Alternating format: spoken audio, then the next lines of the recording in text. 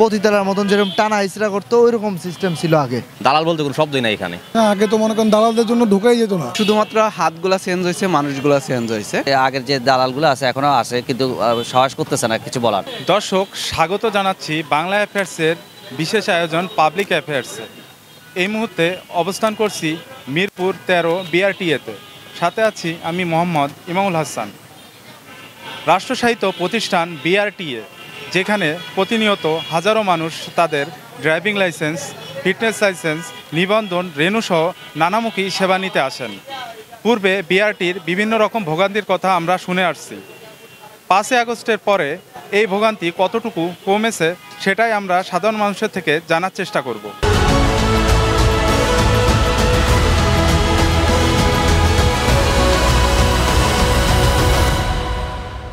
আপাতত আগের মতো কোনো ঝামেলা নেই, দালালের চক্কর বলেন এইগুলোও দেখতেছি না, আগের থেকে অনেক বেটার। আগের যে দালালগুলো আছে এখনো আছে, কিন্তু সাহস করতেছে না কিছু বলার। আসার পরে আমি অনলাইনের কাজগুলো করে নিছি আমার নিজ দায়িত্বে, তারপরে এখন পর্যন্ত আমি কোনো দালালের খপ্পরে পড়িনি। আগে যে ভোগান্তিটা ছিল আমাদের মধ্যে, এখনো আশা করি ওইরকম ভোগান্তি এখন আর ওইরকম হচ্ছে না। উনি আমার দেওয়ার সাথে সাথে উনি আমার কাজটা করে দিছে, বলছে কালকের মধ্যে অনলাইন হয়ে যাবে। দালাল বলতে আমি কোনো কিছু দেখি নাই, পাইও নাই। আমার কাজ আমি নিজে করলাম, তা আগের থেকে ভালো আর কি। আমি 2বার আসলাম, একদিন ওই ঘন্টা নিয়ে আসছিলাম, আজকে আমি এসে বাকি কাজগুলি করে গেলাম। আর 25 তারিখ আসতে বলছে আর কি, তখন আমার স্মার্ট কার্ড দিবে, এই জন্য এতটুকুই। এখানে অনেক দালাল, এখানে আপনি চাইলে সব কিছুই করা সম্ভব দালালের মাধ্যমে। লিগ্যাল ওয়েতে ওরা অনেক সময় না করে, কিন্তু ইললিগ্যাল ওয়েতে ঠিকই সবই করা যায়। আমার ডিরেক্ট অফারই করছে উনি, 4000 টাকা লাগবে।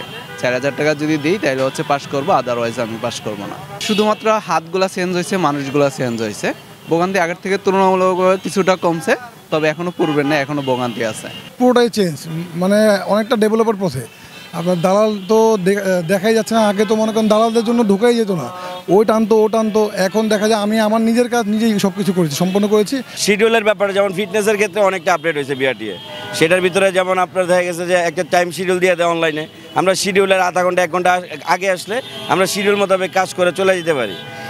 প্রত্যেকটা সাইডে যদি এই জিনিসগুলো আমার বিআরটির সার্ভিসগুলোর ক্ষেত্রে দেয়, আমার মনে হয় আমরা অনেকটা উপকৃত হব। কাউকে দেখাই যায় না। আগে যেমন আসলে একটা কাগজ করার জন্য এই দত্ত ভাই এত টাকা লাগবে, এখন এই জিনিসটা নাই। আমরা ডাইরেক্ট সরাসরি যাই, ব্যাংকে টাকা জমা দেয় এবং আমাদের কাগজগুলো আমরা করে নিয়ে আসতে পারি। এটা অনেক আগে পাইছিলাম ভাই, এখন তো কোনো দালাল টালাল নাই, এখন সব নিজে নিজেই। আপনার যে কোনো এক স্যারের কাছে জিজ্ঞাসা করলে ওনারা বলে দিচ্ছে, সমস্যা নেই। পতিতালার মতন যেরকম টানা ইসরা করতো ওইরকম সিস্টেম ছিল আগে। কিন্তু এখানে কিছু লোক আছে, ওর মাধ্যমে করতে গেলে টাকা চাই বসে থাকে।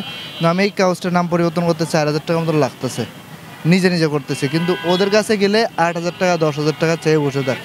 দর্শক, সেবা নিতে আসা সাধারণ মানুষের সাথে কথা বলে আমরা এটাই জানতে পেরেছি যে 5 আগস্টের পরে বিআরটিতে ভোগান্তি এবং হয়রানি অনেকাংশই কমে আসছে। সাধারণ জনগণের দাবি, সরকার যদি এই বিষয়ের উপরে কিছুটা নজরদারি দেয় তাহলে এই ভোগান্তি এবং হয়রানি আরও অধিকাংশ কমে আসবে বলে তাদের আশা। এ ধরনের আরও ভিন্ন ভিন্ন মতামত শুনতে ও দেখতে চোখ রাখুন পাবলিক অ্যাফেয়ার্সে।